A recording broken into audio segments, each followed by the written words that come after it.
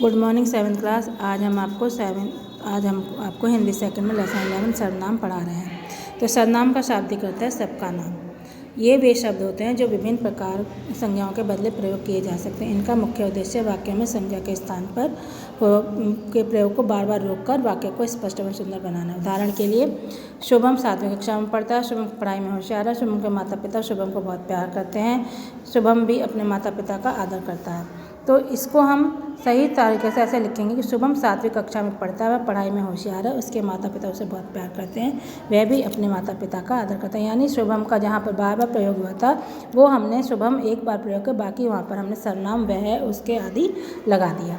तो इनके प्रयोग से वाक्यों का अटपटापन तो दूर हो ही गया, भाषा में गति और प्रभाव भी आ गया। इस प्रकार ये वाक्य सुंदर और प्रभावशाली बन गया। तो परिभाषा होती है संज्ञा के स्थान पर प्रयुक्त होने वाले शब्दों को सर्वनाम कहते हैं। तो मैं, हम, तुम, आप, यह, वह, कोई, कुछ, कौन, ये जो भी है सर्वनाम शब्द हैं। फिर इसमें भी ये जो सर्वनाम होते हैं, अन्य सर्वनाम शब्द इन्हीं शब्दों से बनते हैं जो लिंग वचन कारक की दृष्टि से अपना रूप बदलते हैं। जैसे राधा नृत्य करती है, राधा का गाना भी अच्छा होता है, राधा गरीबों की मदद करती है। राधा नृत्य करती है, उसका गाना भी अच्छा होता है, वह गरीबों की मदद करती है। आप अपना, यह इस, आपका अपना हो जाता है, यह का इस हो जाता है, इसका वह का उस हो जाता है, उसका हो जाता है। तो ये बदल जाते हैं। इसके बाद आता है सर्वनाम के भेद। तो सर्वनाम के निम्नलिखित 6 भेद होता है: पुरुषवाचक सर्वनाम, निश्चयवाचक सर्वनाम, अनिश्चयवाचक सर्वनाम, संबंधवाचक सर्वनाम, प्रश्नवाचक सर्वनाम और निजवाचक सर्वनाम। तो पुरुषवाचक सर्वनाम की परिभाषा है कि मैं अवश्य आऊँगा, तुम्हारा नाम क्या है, आपको क्या पसंद है, वह अपना काम खुद करता है। तो मैं, तुम्हारा, आपको, वह आदि सर्वनाम शब्द हैं जो बोलने वाले, सुनने वाले तथा किसी अन्य के विषय में बात कर रहे हैं। तो इसकी परिभाषा होती है कि बोलने वाले, सुनने वाले तथा किसके विषय में बात होती है उनके लिए प्रयोग किए जाने वाले सब सर्वनाम पुरुषवाचक सर्वनाम कहलाते हैं। पुरुषवाचक सर्वनाम के और भी 3 प्रकार होते हैं। जैसे पहला उत्तम पुरुष, मैं, हम, हमारा, तो, मुझे, मेरा, ये होता है। मध्यम पुरुष, तू, तुम, तुम्हारा, आप, आपका। और अन्य पुरुष, वह, उसका, उनका, उनका। तो परिभाषा है उत्तम पुरुष की, इस सर्वनाम का प्रयोग वक्ता अथवा लेखक अपने लिए करता है। जैसे मैं कल, अपने लिए जो किया जाता है उसको उत्तम पुरुष कहते हैं। मैं कल चंडीगढ़ जाऊंगा, बड़ों का आदर करना हमारा कर्तव्य है, यह निबंध मैंने लिखा है। फिर आता है मध्यम पुरुष। इस सर्वनाम शब्द का प्रयोग सुनने वाले श्रोता के लिए किया जाता है, जो सुन रहा है उसके लिए किया जाता है। तो जैसे तुम कहीं नहीं जा रहे हो, तुमसे कुछ काम है, तुम्हारे पिताजी क्या काम करते हैं। तीसरा है अन्य पुरुषवाचक। इस सर्वनाम शब्द का प्रयोग वक्ता या श्रोता किसी अन्य व्यक्ति के लिए करता है, यानी कि किसी दूसरे के लिए। तो वह कल विद्यालय नहीं आया था, वे फुटबॉल खेल रहे हैं, उसे कुछ मत कहना। दूसरा सर्वनाम है निश्चयवाचक सर्वनाम।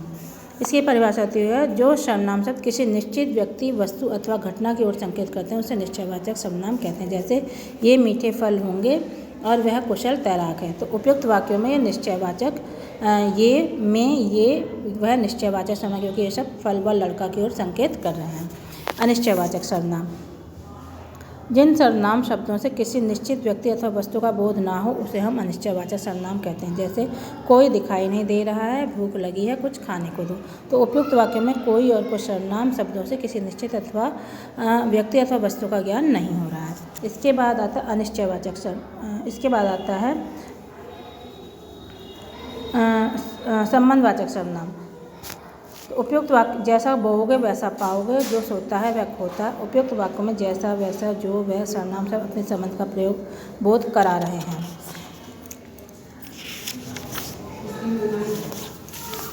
तो जिन सर्वनाम शब्दों का संबंध दूसरे सर्वनाम शब्दों से प्रकट होता है उन्हें संबंधवाचक सर्वनाम कहते हैं। संबंधवाचक सर्वनाम 2 वाक्यों को आपस में जोड़ते हैं। इसके बाद आता है प्रश्नवाचक सर्वनाम। तो जिन सर्वनाम शब्दों का प्रयोग प्रश्न पूछने के लिए किया जाता है उन्हें प्रश्नवाचक सर्वनाम कहते हैं। जैसे खिड़की का शीशा किसने तोड़ा, वहाँ कौन खड़ा है। उपयुक्त वाक्यों में किसने, कौन सर्वनाम शब्दों से प्रश्न पूछे जा रहे हैं, अतः ये प्रश्नवाचक सर्वनाम है। फिर लास्ट सर्वनाम है निजवाचक सर्वनाम। जिन सर्वनाम शब्दों का प्रयोग कर्ता के साथ अपनेपन का ज्ञात कराने के लिए किया जाए उसे हम निजवाचक सर्वनाम कहते हैं। जैसे मैं अपने आप खाना खा लूँगी, हमें अपना काम खुद करना चाहिए।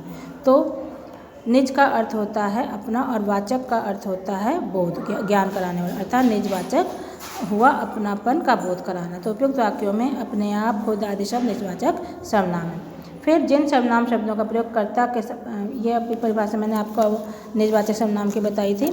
इसके बाद है आप शब्द का प्रयोग पुरुषवाचक का निजवाचक सर्वनाम दोनों में होता है और आप कल दफ्तर नहीं गए थे, मध्यम पुरुष आदर सूचक है, ये भी इसमें से ये हो सकता है यूज।